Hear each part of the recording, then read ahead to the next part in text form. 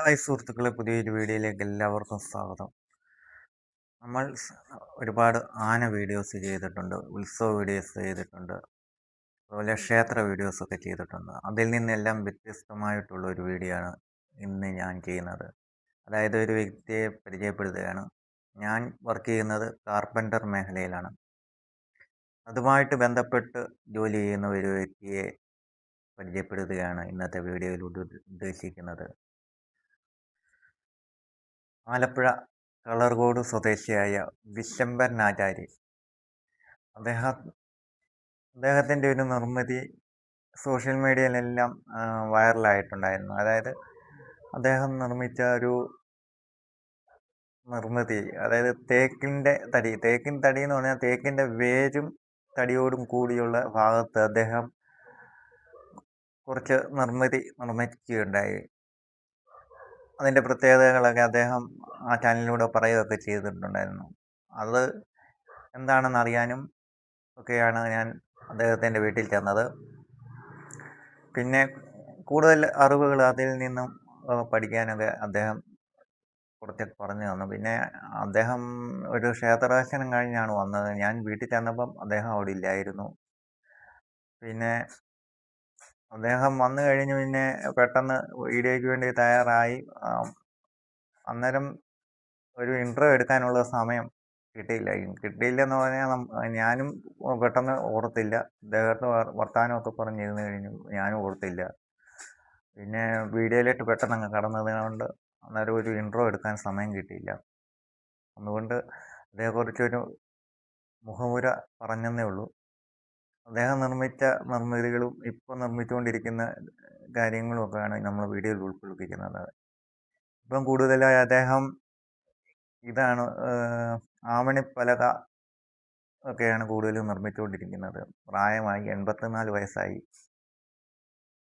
അദ്ദേഹത്തിൻ്റെ കുറച്ച് വിശേഷങ്ങളാണ് ഞാൻ ഈ വീഡിയോയിൽ ഉൾക്കൊള്ളിച്ചിരിക്കുന്നത്. ഇത് അദ്ദേഹം പണിത സാധനങ്ങളൊക്കെയാണ്. അദ്ദേഹത്തെ പരിചയപ്പെടുത്തുന്നതിന് മുമ്പ് ഞാനിതൊന്ന് നിങ്ങളെ പരിചയപ്പെടുത്തിയെന്നേ ഉള്ളൂ. പിന്നെ നിങ്ങൾക്ക് ആവണിപ്പലകയൊക്കെ ആവശ്യമുണ്ടെങ്കിൽ അദ്ദേഹം കൊറിയർ വഴി അയച്ചു തരുന്നതായിരിക്കും.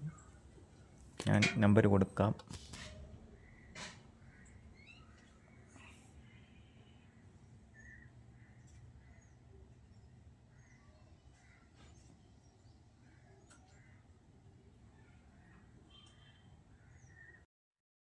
ഇതിൻ്റെ പ്രത്യേകതകൾ എന്താണെന്ന് പറഞ്ഞു ഞാൻ മറിച്ച് വെച്ച് കഴിഞ്ഞ് പറയാം. ഇത് ഒറ്റ തടിയാണെന്നും തേക്ക് തടിയാണെന്നും പറഞ്ഞാൽ മതി. അല്ലാതെ വേറെ ഒരു കാര്യമുണ്ട്, അതെല്ലാം ഞാൻ പറഞ്ഞുതരാം കേട്ടോ. ഇത് നിർമ്മിച്ചിരിക്കുന്നത് തേക്ക് തടിയിലാണ്. ഒറ്റ തടി, തേക്കിൻ്റെ വേരിൻ്റെ ഭാഗം ചേരുന്ന ഭാഗത്തുനിന്ന് ഉള്ള തടിയാണിത്.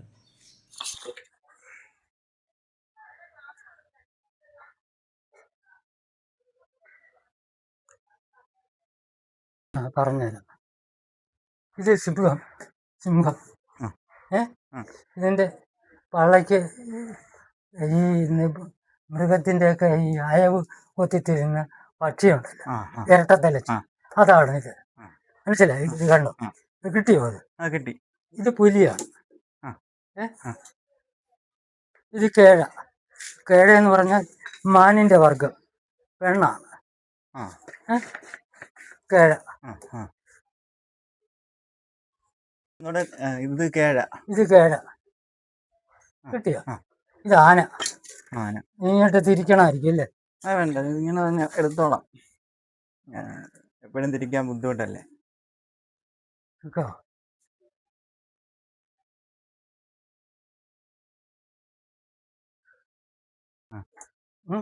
ഇത് നീരാളി. നീരാളി ഒരു ദർദുരം തവളയാണ്. തവളയെ പിടിച്ചിരിക്കുക. അപ്പോഴും തവള എന്ത് ചെയ്തിരിക്കുക? അടുത്തു പോകുന്ന ഈ നീരാളിയുടെ വായിൽ അകപ്പെട്ടിരിക്കുന്ന തവള അപ്പോഴും അടുത്തു പോകുന്ന പല്ലിയെ പിടിക്കാനായിട്ട് നാക്കും നീട്ടിയിരിക്കുക. ഒരു പല്ലിയായത്. മനസ്സിലായി? ചക്ഷുശ്രവണ കിളസ്തമാം ദർദുരം ഭക്ഷണത്തിന് ഇരക്കുന്നത് പോലെ കാലാഹിന ഭോഗങ്ങൾ തേടുന്ന മർത്തി. ആ. മനസ്സിലായോ? ആ. നീരാളിയുടെ വായിലകപ്പെട്ടിരിക്കുന്ന തവള. അവൻ്റെ നിമിഷങ്ങൾ കൊണ്ട് അവൻ്റെ ജീവൻ നീരാളിയുടെ വായിൽ പെടുമെങ്കിലും അവൻ്റെ അന്ത്യനിമിഷത്തിനോട് അടുത്ത് വരുന്ന സമയത്ത് ഒരു പല്ലി പോകുന്നതിനെ നാക്കിട്ട് നീട്ടി ആ പല്ലിയെ പിടിക്കാനായിട്ട് തവള ഒരുങ്ങിയിരിക്കുന്ന സന്ദർഭമാണ് പിടിച്ചിരിക്കുന്നത്, കൊത്തിവെച്ചിരിക്കുന്നത്. നീരാളിക്ക് ഒരു വിശേഷമുണ്ട്, അത് ജലത്തിലെ ജീവിയാണ്. മനസ്സിലായോ? അതിന് മിഴിയില്ല, കൺപോള ഇല്ല. കീരിയും പാമ്പും പ്രകൃതിയുടെ വിരുദ്ധ ശക്തികളാണ് ഇവര്. കീരിയും പാമ്പ് പ്രകൃതിയുടെ വിരുദ്ധ ശക്തികളാണ്. അതൊക്കെ മനുഷ്യൻ പഠിക്കാനുള്ളത്. പ്രകൃതിയിൽ ഇതെല്ലാം ഉണ്ടെങ്കിൽ പൂർണ്ണമാകുള്ളൂ, അല്ലാതെ പൂർണ്ണമാകുകയില്ല. ഇത് കീരിയും പാമ്പുമാണ്. ഇത് കീരിയും പാമ്പ്. ഇതൊരു ആടാണ്. ആട്. ഇതൊരു കൊറ്റിയാണ്. കൊറ്റി എന്ന് വെച്ചാൽ പാടത്തൊക്കെ വരുന്ന പക്ഷിയുണ്ടല്ലോ, ആ പക്ഷി കൊറ്റി. അത് ഇര പിടിക്കാനും വേണ്ടി അന്നേരം ആ ഇരയെ പിടിച്ചുകൊണ്ടിരിക്കുവാന് ഒരു ചിത്രശലഭത്തെ ഈ കൊറ്റി കൊത്തി പിടിച്ചിരിക്കുക. മനസ്സിലായോ? സുഹൃത്തുക്കളെ, ഈ അറ്റൻഡ് ചെയ്യുന്ന വർക്കുകളെല്ലാം കൈപ്പണിയാണ്. മറ്റേ മെഷീനറി ഒന്നും ഉപയോഗിക്കാതെയുള്ള വർക്കുകളാണ് അദ്ദേഹം ചെയ്തുകൊണ്ടിരിക്കുന്നത്. നമ്മളിപ്പോൾ മെഷീനിൽ എടുക്കുന്ന ഉരുട്ടൊക്കെ അദ്ദേഹം കൈ കൊണ്ട് എടുക്കും. ആണല്ലേ? പിന്നെ വീതി കൂടിയത് പെണ്ണ. പിന്നെ ഒരു കാര്യമുണ്ട്, ഓരോ ക്ഷയ്ക്കും ഉള്ള വ്യത്യാസങ്ങൾ കൂടിയായത് പണിയുന്നത്. ശൈവ ക്ഷേത്രത്തിലേക്ക് പറ്റുന്നതല്ല വൈഷ്ണവ ക്ഷേത്രത്തിലേക്കുള്ള ഇടം. മനസ്സിലായോ? ഈ ദേവീ ദേവന്മാരും അങ്ങനെയൊക്കെ തന്നെ. ഭദ്രകാളി ക്ഷേത്രത്തിൽ വേറെയാണ്, അത് മൂർത്തിഭാവമാണ്, ശിവസ്വരൂപമാണ്. അതിന് രുദ്രഭാവം കൂടും, അല്ലേ? വൈഷ്ണവ ക്ഷേത്രത്തിൽ ഉള്ള പീഠങ്ങൾക്ക് അത്രയും എന്തോ എന്ന് പറയാം, മൂർത്തിഭാവം കുറവാണ്. മനസ്സിലായോ? അങ്ങനെയാണ് അതിൻ്റെ ശൈവവും വൈഷ്ണവ ക്ഷേത്രവും. ഈ ഭദ്രകാളിയും ദേവിയും ഒക്കെ ശൈവ ക്ഷേത്രത്തിൻ്റെ ശൈവ പരമശിവ മൂർത്തികളാണ്. അവർ രൗദ്രഭാവം കൂടും. രൗദ്രഭാവം വൈഷ്ണവ ക്ഷേത്രത്തിൽ അത്രയും ശൈവ രൗദ്രഭാവം കാണുകയില്ല. ഇതിനൊക്കെ കണക്കുകൾ വേറെയുണ്ട്, ആ കണക്ക് പഠിച്ചാലേ പറ്റൂ. ക്ഷേത്രത്തിലേക്ക് ഉള്ള വീതി കൂടുതൽ, സ്ത്രീ രൂപം അല്ലേ? വീതി കൂടുതൽ വന്നിരിക്കുന്നത്.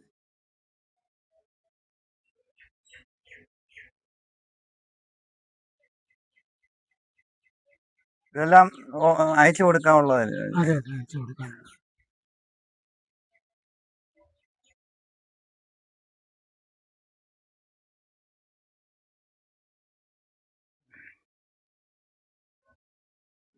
ഇതും സ്ത്രീ രൂപം അല്ലേ?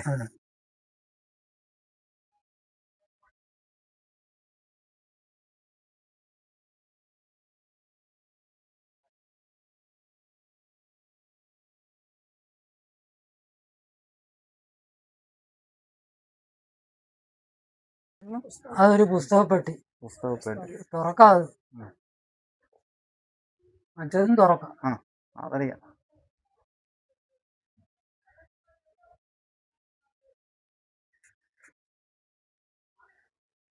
ഇത് വൈഷ്ണവ ക്ഷേത്രത്തിലേക്കുള്ളത്. ചെറുതാന്നേ ഉള്ളൂ, അളവിലെല്ലാം ശരിയാണ്.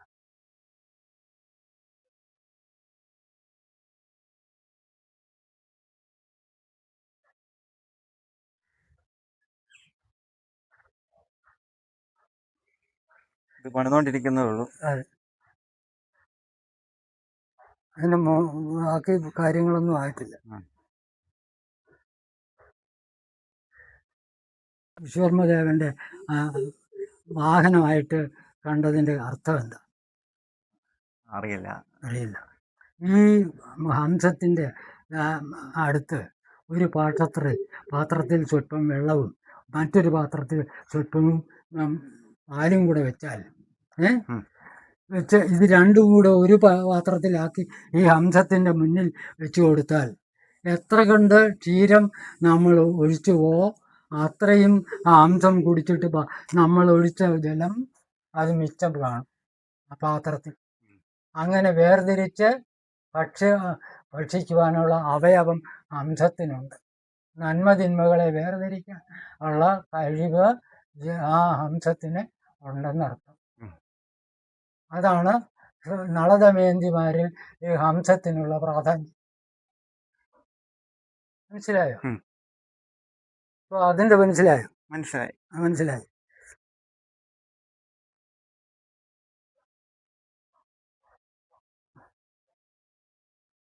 നടുക്കിരിക്കുന്നത്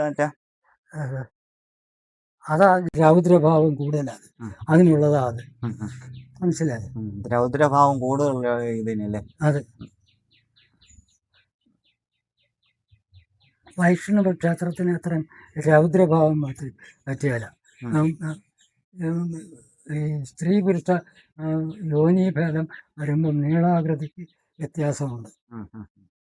സ്ത്രീയും പുരുഷനും തമ്മിൽ മനസ്സിലായോ? അത് സ്ത്രീരൂപം അത് നീളം കൂടുതലാണ്. ഇത് വൈഷ്ണവ ക്ഷേത്രത്തിലേക്കുള്ള അല്ലേ? അതെ അതെ. പിന്നെ ഒരു കാര്യം നിങ്ങൾ പിടിച്ചിട്ടില്ല അടിസ്ഥാനപരമായി.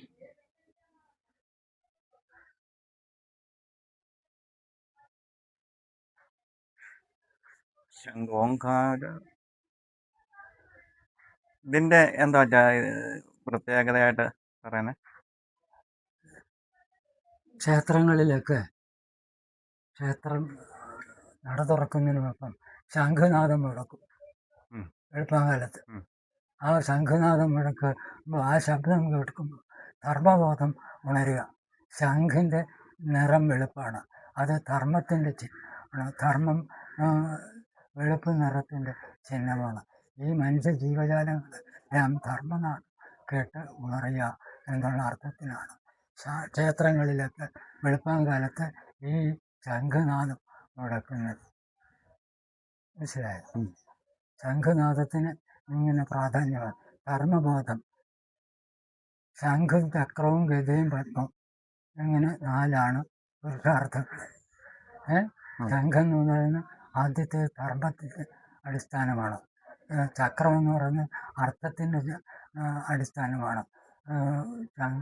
ചക്രയും ഗദ കാമത്തിൻ്റെ ചിഹ്നമാണ്. കാമം ഞാനെന്ന ഭാവം ആർക്കും ഇല്ലെങ്കിൽ ഈ ഭൂമിയിൽ ജീവിക്കാനുള്ള 4-മത്തത് മോക്ഷം താമരയുടെ ചിഹ്നമാണ്. മോക്ഷം എന്ന് വെച്ചാൽ സുഖമായ ജീവിതം. ധർമാർത്ഥ കാമമോക്ഷങ്ങൾ പുരുഷാർത്ഥങ്ങൾ. ഇവിടെ ആരൊക്കെയുണ്ട്? അമ്മയച്ഛനും തന്നെയുള്ളോ? ഇപ്പൊ 2 പേര് മാത്രമേ ഉള്ളൂ. എനിക്ക് 2 പെമ്പിള്ളേരാണ്. 2 പേരും വിവാഹം കഴിച്ചയച്ചു. അവര് ഇപ്പൊ സുഖമായിട്ട് ജീവിക്കുന്നു. അവരും ഡിഗ്രിക്കാരുമൊക്കെയാണ് 2 പേരും. അല്ലാതെ മറ്റു വിദ്യാഭ്യാസം ഇല്ലാത്തവരൊന്നുമല്ല. ആ രീതിയിൽ അവരിപ്പോൾ അവരുടെ ട്യൂഷൻ ക്ലാസ് ഉണ്ട് വീട്ടില്. ഗവൺമെന്റ് ജോലിയൊന്നും കിട്ടിയിട്ടില്ല. അമ്മയുടെ പേര്? എൻ്റെ പേര് സരസ്വതി അമ്മാൾ. നിങ്ങൾ 2 മാത്രമേ ഉള്ളൂ ഇപ്പൊ? മാത്രമേ ഉള്ളൂ. അമ്മ എന്തെങ്കിലും ചെയ്യുവോ? പാട്ടോ? അമ്മ പാട്ടൊന്നും പാടത്തില്ല, വയ്യപ്പം. പിന്നെ വീട്ടുപണിയൊക്കെ ചെയ്ത് ജീവിക്കുന്നു. ആരെ എന്താ പറഞ്ഞു? എന്നാലും ഞാൻ കണ്ടു ഒരു വീഡിയോക്കകത്ത് പാടുന്നത്. വയ്യ മേലെ, ഇപ്പൊ പാടാൻ വയ്യ, തീരെ മേലെ.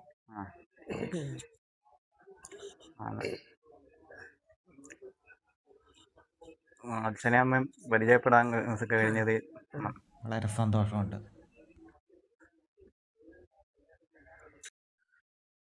അപ്പം വീഡിയോ എല്ലാവർക്കും ഇഷ്ടമായെങ്കിൽ ലൈക്ക് ചെയ്യുക, സബ്സ്ക്രൈബ് ചെയ്യുക, കൂടുതൽ ആൾക്കാരിലേക്ക് ഇത് ഷെയർ ചെയ്യുക. എല്ലാവർക്കും നന്ദി, നമസ്കാരം.